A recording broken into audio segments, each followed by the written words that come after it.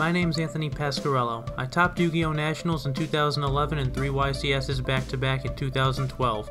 Although I stopped playing in 2013, I've rediscovered my passion for the game through older formats and love sharing ideas about how to play. This is Yu-Gi-Oh! Masterclass. I'm by no means a Yu-Gi-Oh! Master. Hello duelists and welcome to my tournament coverage of Deck Devastators 3. Yes, there's a Masterclass intro at the beginning of this video. Why is that? I guess I just like that intro. I wanted to play Frog Monarchs in this event. I feel like I've played them in a couple other Edison online events, and I kind of feel like I let the deck down a little bit. Couple misplays here and there that didn't really sit well with me. And just in real life in 2010, I topped back-to-back Edison regionals. When they brought them back up, locals over here last year, Edison locals, my record is 14-3 currently at them, but online my Edison record is like 15-25 or something awful to me. And I'm like, why is online so much different? Am I not as sharp? Do I feel a little more intimidated not being able to interact with my opponent? Everything's kind of behind a keyboard and it's just a different feeling. So I said, you know what? I have to go into this tournament with a different approach. It's just like any other regional or any event where we're all just duelists, just happy to play the game, showing up, trying to do our best. And I know if I'm sharp and I'm keen and I'm on top of my game, there's no reason why I shouldn't be able to just win in top, right? Confidence is key. Also have to back it up with good play, and I felt good about that this tournament, and I said if I make a mistake then I do, I'm going to have to practice more, but I practiced a good amount with this deck. I felt comfortable with it, and I wanted to really prove it to everyone that Classic Frog Monarchs was a serious contender. I ended up going 5-2-1. I got 19th place out of 137, I think, participants, and this is the list. Classic Frogs, right? Your swaps, your Treeborns, your Substitute, your dupes. A lot of Monarchs. 3 Kaias, 3 Ryza, 1 Thessalos. I like it a lot because you can still punish your opponent if they're not committing to the field, and if they are committing to the field with a Greffer or something small, you can still pluck a card out of their hand and then run over it and generate more plus. I think Thessalos is really good. Lad in a bunch of different matchups is really, really good. Of course, it's bad against Lightsworn and Honest and Vayu and Treeborn, but against a lot of other decks, it's really, really good. Dark Dust Spirit is also very good, really clears the field, and you can do some cheeky stuff with him as well, or her. We love you regardless. This is our splash card. When I say we, my friend Randall and I put this deck together a couple months back when the locals started up again because we both love frogs so much. And yeah, this is our little splash card. We figure the deck kind of needs one monster that you can just normal summon and swing with, worst case scenario. Also, you could still tribute 2 monsters to make them a 3000 beater, and you could tribute 3 monsters to blow up your opponent's board, which is pretty wild. So he has a lot of options, and we thought he'd be cool to splash him in. And also your Treg, your Gores, your battling interrupters that just put a lot of pressure on your opponent and also give you more options to drop Monarchs with and whatnot. 2 Econs, more of an offensive card than a defensive card, but it's nice that it could be used for both. You could Econ tribute your Treeborn Frog in the standby phase, take one of their monsters, and then still standby. Treeborn comes back, so very good. Spell and trap removal, brain control, perfect card with the Monarchs, 1-for-1 to help get your dupe block set up. Throw an Avarice in there. I think it's good to get the Monarchs back in the deck. I think any card that gives you a +1 is very nice, and Treeborn, the ultimate +1, but pluses are always good, so Pot of Avarice seemed like it'd be a good fit in here. I tried playing the deck without it, but it just seems very good with it. Book of Moon, I think it's important to have a sliver of defense in a deck that its only defense is really Battle Faders, and I guess dupe block in big booties with them. Soul Exchange gets your opponent's monsters off the field and helps you drop your Monarchs, and Upstart thins the deck. The side deck, I think DD Crow is a staple in almost every side deck. GB Hunter, I splashed 1 in because I think Glads and Rediari specifically give this deck a very, very hard time. I was a little bit worried about them, but I did not see any this tournament. Cyber Dragon seems very good, obviously, against gadgets, Machina gadgets, even Blackwings, I would say. I can't take Cyber Dragon out of the side deck. I still think it's good. Vanity's Fiend in the mirror match is just the MVP. Really good against Quick Draw and a bunch of decks. If they do a Drill Warrior play and then they banish it and you drop this, they don't get it back unless they have a book or something in the standby. Speaking of which, to book, this is pretty much like a mandatory side in every game because you know their Vanity's Fiends, their Fossil Titans are coming in, so you want to make sure that in your standby phase you could resolve your Treeborns. Lightning Vortex I figure was good to throw in at 1. Burial is another card that they're going to definitely put their crows in for the frogs, and you want to be able to keep the frogs alive because when I was testing it, 3 Soul Exchange is not enough to compensate for all the tribute monsters that you want to put on the field, and even when you side the Vanity's Fiend and you're going to have more, you're probably going to take out a Lad or a Trag or certain things, but yeah, you need your Treeborns live, so even though I don't love Burial in this deck, I think in the side deck it's kind of necessary. Super Poly for the hero matchups, you could use their hero and any of your frogs to make a nice 0, and this card is just insane.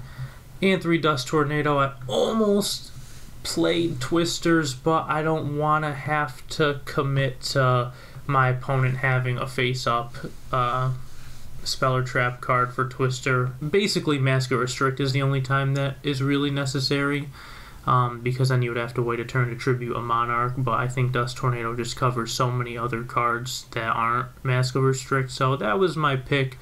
The extra deck is not really crazy because we don't play any tuners or anything really. We play Chimera Tech for the Cyber Dragons, and we play Brain Control if we take a Plague Spreader. We want to have some options. So let's get into the first match, shall we? Okay, first match against Totogan.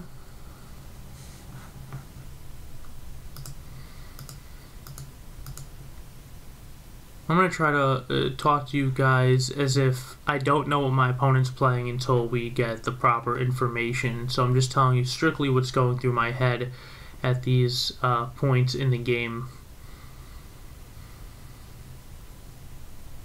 So they start with an Allure.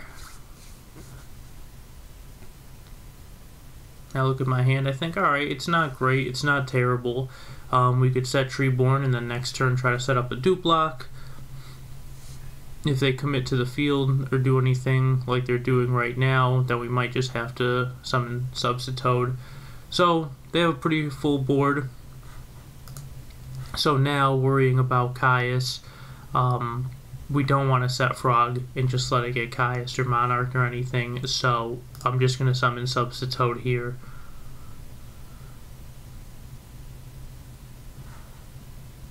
And they thinking, but they let that go. Sorry for all the clicking. Swap is good. Send Treeborn. So now they trap Dustshoot. I think this is an interesting play because they probably should have waited for me to bounce the Swap Frog back to my hand. But they Dustshoot now. They're going to put Ryza back, which is definitely the best card. Just pulling for them to put back Treeborn, but they never do. So that's it for us. Got our Treeborn in the grave. We've seen a Trag, an Allure, and a Dustshoot so far, so we could still put them on zombies. I guess we could put them on a couple other decks, but I'm not trying to think too deeply into it right now. And that's a beautiful thing with this deck is you summon Swap Frog, send Treeborn, and that's your turn. Almost every turn 1 of every game, or turn 2 if you're going second, that is your turn.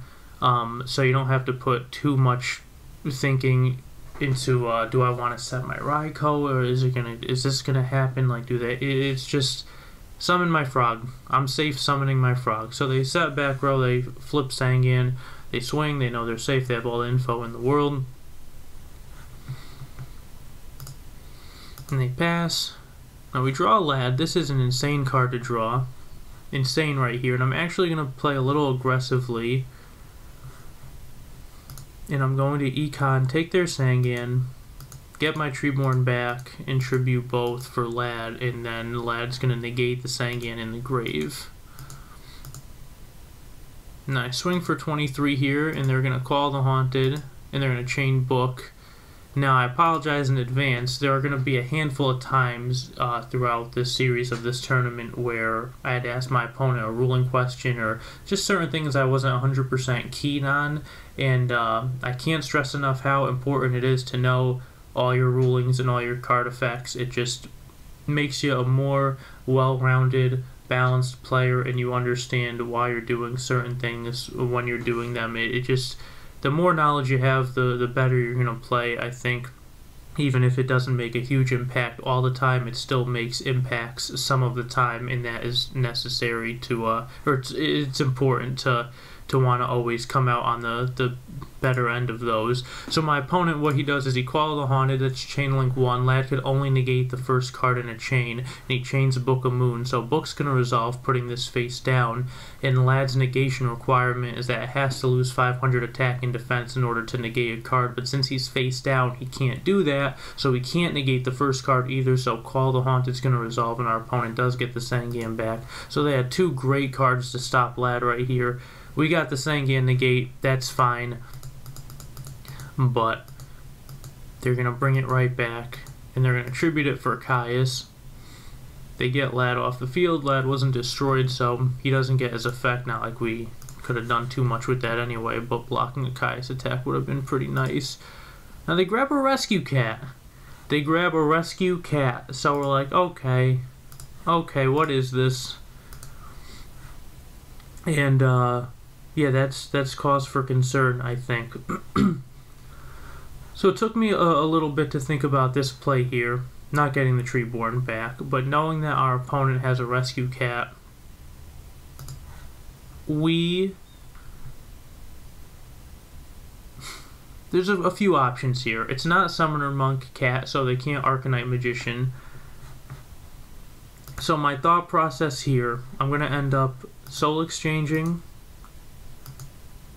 tributing the Caius to get that off the field, and setting the Dark Dust Spirit. They still have all the info, right? Soul Exchange was the top card right there, so they know what we have. Getting the Caius off the field ensures that if they summon the cat next turn, they have to attack into this, and if the Caius attacks into this first, it's going to kill the Caius, but then they're just going to have a cat, and they could do double Arabellum and poke this, and a lot of poking, a lot of destruction, so I just thought it'd be safe to get their Monarch off the field, and then set this for some really good protection. So that's what we do. I don't even know if I set the Book of Moon here. I don't set it because we really need to start worrying about what we're going to top deck now, because our hand is not very playable and our opponent has some gas in there. They took a long time for this play. Not in a bad way, but that's why I gave them the thumbs up, because that took a good minute or two before they made a play. So they just set a monster. And I draw Substitute, so now we could start getting our dupe block, which is great, you know, options here. We're still protecting ourselves. Now they have to attack this. So I'm going to just... I don't want to draw frogs anymore. I want my Monarchs, and we already have enough frogs in our hand. So I'm going to do the entire loop. And I'm going to bounce the Dark Dust back to my hand with Swap Frog. That's the last thing that we could have done. This was my protection. Now these are my protection. And I keep a Monarch, well, a pseudo-Monarch in my hand with Dark Dust. If they have another Caius, they're going to have to summon it and get one of the dupes. So I feel safe with this, and I set the book. I feel pretty safe with this. Little do I know my opponent has a Gravekeeper Spy set, which is a spellcaster, so they could still make Arcanite. So this is going to be a little rough for us. First they heavy. They get their call off the field. I don't book, no reason. I don't want to get my own lock off the field. That's the only thing I have defending me. They summon the cat. They get their Herbellums. They flip a spy. They get another spy. Lucky for us, they have the Descendant in the hand, but they're still going to make Arcanite. They have a solid hand still.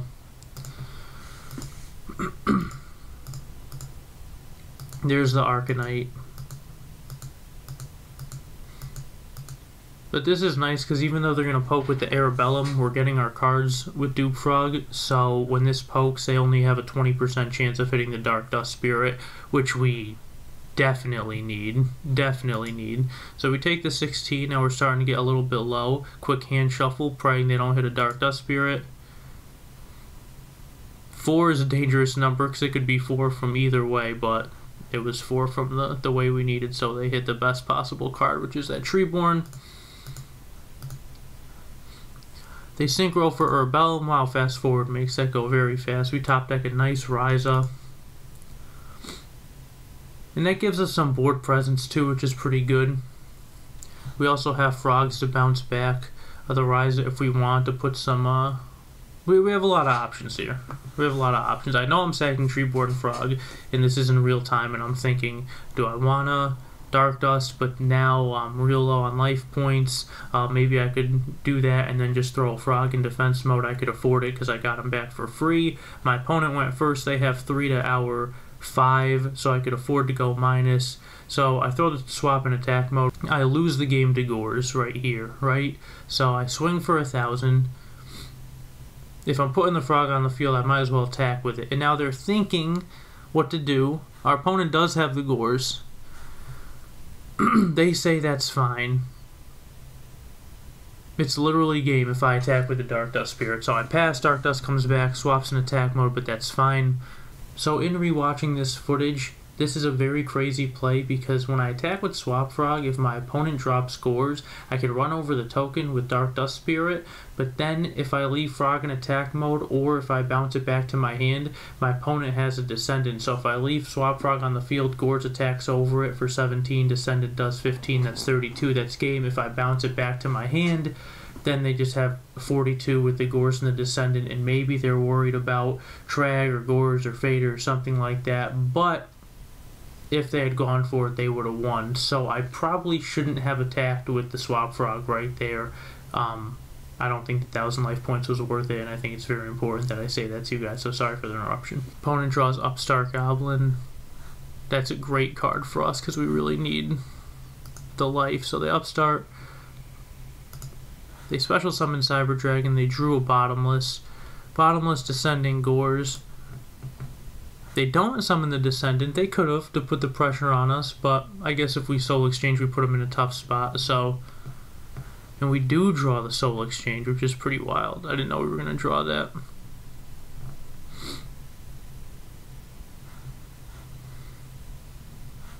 So here I'm checking. They have a lot of darks. 1, 2, 3, 4. 4 darks. Trying to be keen on Dark Arm. Trying to check those trap cards. We haven't seen much yet. I want to get the Cyber Dragon off the field. And I even take a shot here. This is pretty aggressive. We have Treeborn as our line of defense, and this is pretty aggressive if it was a Torrential, but I took a shot. I Soul Exchange, guarantee get the monster off the field, maybe set him back a turn. Maybe we could start pushing next turn with the Ryza, and if they drop the Gores, we could Dark Dust Spirit. We have plays here, so I go into the Bottomless, and that's fine. Our opponent draws Mirror Force. They have Descendant, Gores, Mirror Force. Obviously, I don't know what they have. They keep checking our graveyard. Just getting me a little nervous. They summon the Descendant and swing. We top deck a Caius. Great top deck. But again, we lose to Gores, right? Attacking over this would be 327 would be, or 24 would be 27. So we basically lose to Gores. So I drop the Caius. I remove that, and it is one of my biggest, I don't know what you, not really a pet peeve, one of my biggest principles that I stick to in Yu-Gi-Oh! Is don't attack if you don't have an answer for Gores, and I think this is a huge showing of that because there are a couple times now where Gores absolutely would have burned us badly, and now they're starting to draw cards that they need to set. They might not set them because they want to get the Gores off first. And they set one and pass. So now I draw another really good card to draw. And they actually make a nice play here. And when I swing with the Caius, they book the Frog. That way, they get their card off the field, they can drop the Gores, but that's fine for us because now we could keep our line of defense because it's face down. Dark Dust only kills face up monsters, so I actually tribute the Caius here, I believe, for Dark Dust to clear those 2 cards out of the way. I get my Dark Dust back, and now we still have a nice line of defense, and it's not a Treeborn Frog because it's face down, so I get another Treeborn back. And now we're drawing the cards that we need the most at the perfect time. I have some options here. Do I want to pluck the last card out of their hand? Do I want to try to set them back? We saw how that went last time, so it's an interesting decision. I think I go for the Stalos. I like getting the guaranteed plus, and we do get a card out of their hand even though it's not really anything crazy because Cat is gone. We swing into Mirror Force, and now they went first. They have no cards to our 4 cards, and we have Treeborn Engrave, the ultimate +1. I can't stress that enough. They pass, but Gores is gone. Get Treeborn back, so now we are fine to just tribute for Dark Dust. It's not going to kill anything. They drew a Gale. Yep, just going to poke, put them at 1,000. I'm going to pass. I think they draw a Cyber Dragon here, if I'm not mistaken. Yep. So they special the Cyber Dragon. They go Gale. They swing. Now here I don't think it matters what happens because if I drop Drag on this, they could Dark End, but next turn I Ryza. If they make Stardust Dragon, I Ryza. If they leave both cards on the field, I Dark Dust Spirit. So there's really nothing that they could do. I dropped the Drag. I guess technically I didn't have to drop it. And I think this is going to take us right to the end. So they have the Trag, they make a Stardust, I show the Ryza, so that's it. Alright, so tough game 1 of the tournament, but happy to come away with a win there. And right off the rip, this is all happening very fast, they mask a Restrict, and that is a very good card against this hand. Sometimes that'll be enough. So Swap Frogs and Treeborn, the usual. And this is one that I'm not going to waste too much time with. And sometimes I recognize that my opponent flips a Spy. Excuse me. They grab a Descendant, so now Gores and Fader and everything that could prevent attacks is kind of done. They summon Summoner Monk. They get a Rescue Cat. They get 2 Arabellums, and I know that with the Mask of Restrict, there's nothing that's gonna change. We're not coming back from that, I don't think. So let's just save the time and go to game 3. Thank goodness our 6th card is a very good one, and now we have some stuff for their back row. We need Monarchs, obviously, but this is a good start. This is a completely fine start. So Swap Frog, Treeborn, and that's all we're gonna do. Oh, we're going to set a Dust too. That's a little crazy, but I guess because we have the Cyber Dragon, we're covered on both ends, right? If they summon a monster and swing and don't set a back row, then we summon Cyber Dragon and swing over it. If they hit the Cyber Dragon, then that's just horrendous. But if they do summon a monster, set a monster and set a back row, then then we could Dust it. So I feel okay with the Dust being on the field. They summon Arabellum. They're going to pluck a card. Now this is just a nice plus for them. Arabellum's so good and so free, and this is pretty important on what card they're going to hit. They get the Cyber Dragon out of my hand, and that is rough, right? That's pretty rough. They set a back row and pass. Perfect for us. We Dust, gets a Master Restrict. Thank goodness we have something for it. And now, look at this draw. This is just perfect, perfect, perfect. In the standby phase, they DD Crow the Frog, which is fine. Which is fine. Fine, fine, fine, baby, because now we get to brain control that Arabellum, give them a taste of what it's like. I'm even going to summon the Substitute here, because if we're swinging with this, and then we're going to tribute this and get our dupe block and also throw another Treeborn Engrave and go through all of our frogs. Might as well hit them for the extra 100 because it's leaving the field anyway. So I summon the Arabellum. I'm swinging for 16. If they have Gores and Caius, they have it. I'm 1,000% swinging with the Arabellum.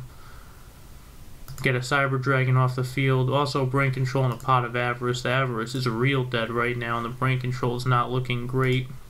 It's still pretty good, but I think we're okay to fast forward through this now. Entire froggy things are happening, and now our deck is nice and thinned to start drawing some Monarchs, and our opponent draws an Upstart Goblin. They play it.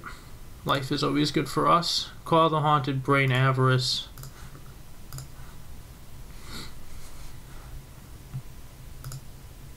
Our opponent is thinking, they're checking our grave. They set one, they pass, and here we go. So we're drawing Monarch, so we're drawing good cards. That Substitute was an absolute sack. Now how aggressive do I want to play it? Swap Frog isn't going to send anything, right? Do I want to just put the Caius on the field and set Book or set MST or take my chances? I think this is a time maybe to start hitting the gas, but I just summoned Swap Frog. Maybe this is torrential. I'm not using the effect, so I would still get both my Dupe Frogs to send my swaps back to my hand, and they only have 2 cards in their hand, so I feel pretty good right now. And I'm just going to swing for 1,000. And now, knowing that they didn't play their back row, I think it's okay to set the MST here. What are they going to do? Wing Blast a monster, Wing Blast this, that's fine. Then we still get our Treeborn back next turn. I feel completely safe here. They have 1 dark in the grave. They don't have a whole lot going on in there. They have a Brain and Avarice, and now a Kaiku, which is very bad in this scenario. They can't do anything. I guess they could call the Haunted, Arabellum, summon Kaiku, and make Black Rose Dragon. That is one play. That's live. But I could MST the Call the Haunted, and then they're in a little bit of trouble. So they pass. And I draw what could maybe be referred to as the GOAT right now, right? I mean, so much so that I'm willing to tribute.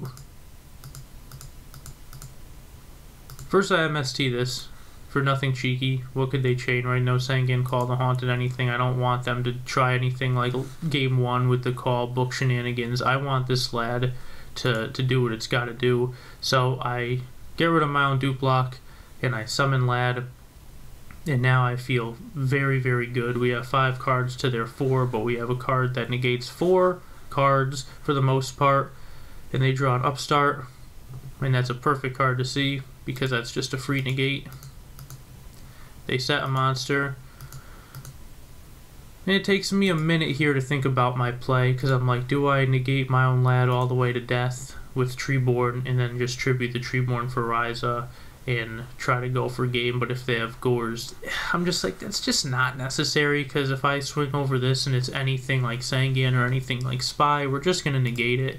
So there's no reason to play super crazy here, so I just attack. I want to get my pluses. I see it's a Kaiku, and that's really a nice exhale, right? Knowing your opponent is really now on the ropes and setting cards like this. They have 2 darks in grave. They have a handful of dead cards. They play the Upstart. We're going to negate that. They set a back row. I draw a Dust. But again, I think if I just summon Swap Frog here, that's 33. That's game. So I just do that. And I swing for 1,000. And I think they realize that either way, if they torrential right here, this is going to go down to 18, and that's 28, so that would have been game either way. So crazy game 1, crazy first match, well played by my opponent. I think this is one of those matchups where we keep Lad in, and when it hit the field, it really, I mean, maybe this game would have played out a little differently. I did have Dupe Block, I did have Monarchs, I had a ton of good things. And I had a lot of plus on my opponent, but they were working their way towards a Pot of Avarice and Brain Control. Caius could have got rid of the Dupe Block, and then I still think we were in a good spot, but this card sealed it, and that top deck Substitute really, really put us in a good spot. So good first match in the tournament. Happy to come out with a win. Thank you guys for watching, and we'll see you in round 2.